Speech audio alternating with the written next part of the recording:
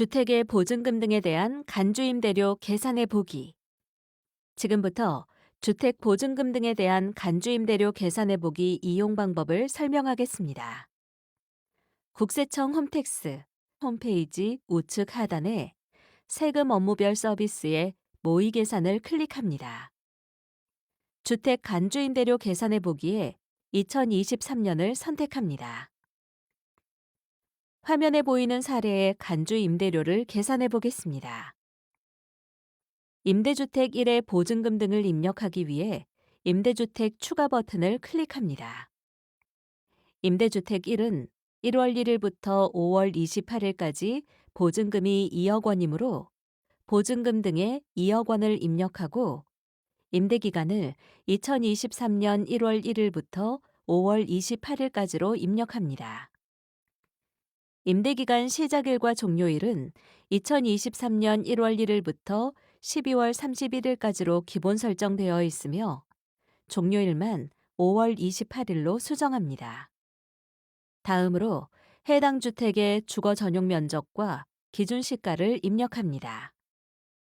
주거 전용 면적이 40제곱미터 이하이면서 기준 시가가 2억 원 이하인 주택은 간주임대료 계산 대상에서 제외됩니다.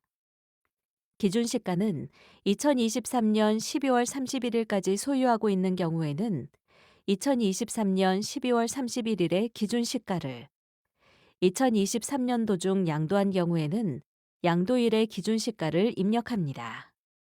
주거 전용 면적에 50을 입력하면 기준 시가는 임대주택 1의 주거용 면적이 40제곱미터 초과이므로 기준 시가에 관계없이 간주임대료 계산 대상인 비소형 주택이므로 기준 시가는 입력하지 않아도 됩니다.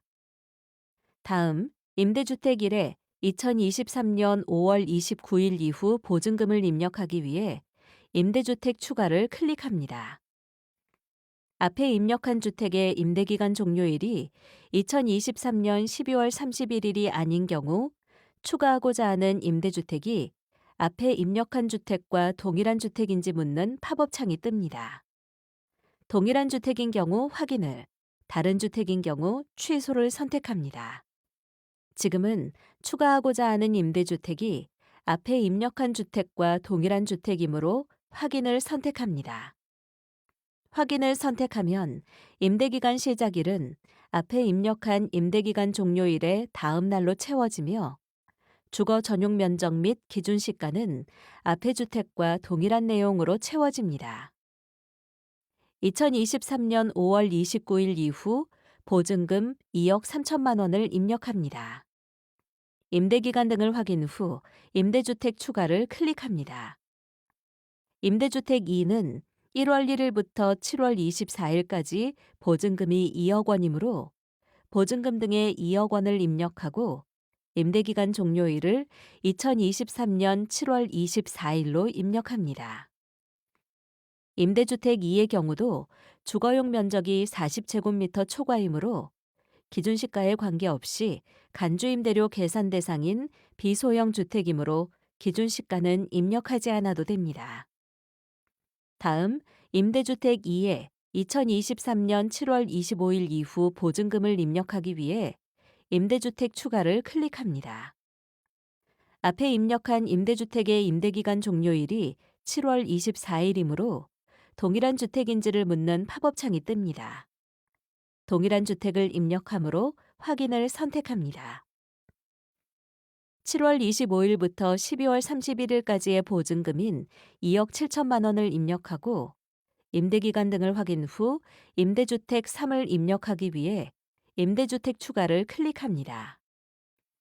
임대주택 3의 보증금과 임대기간, 주거 전용 면적, 기준 시가를 입력합니다.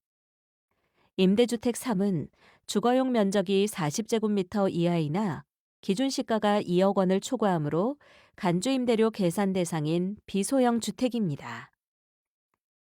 모든 임대주택의 보증금 등을 입력 완료하였습니다. 계산하기를 클릭합니다. 임대주택 1, 2, 3의 간주임대료 합계 결과가 팝업창으로 뜹니다. 확인을 클릭하면 임대주택별 간주임대료를 확인할 수 있습니다. 간주 임대료는 임대주택 1은 152만 5,479원, 임대주택 2는 105만 8,777원, 임대주택 3은 226만 1,998원입니다.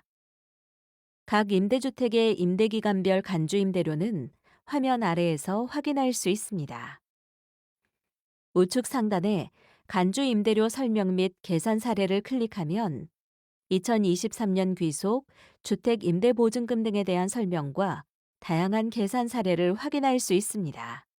참고로 2023년 귀속부터 간주 임대료 계산 시 적용하는 정기예금 이자율이 종전 1.2%에서 2.9%로 개정되었습니다.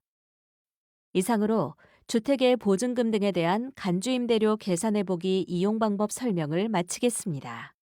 감사합니다.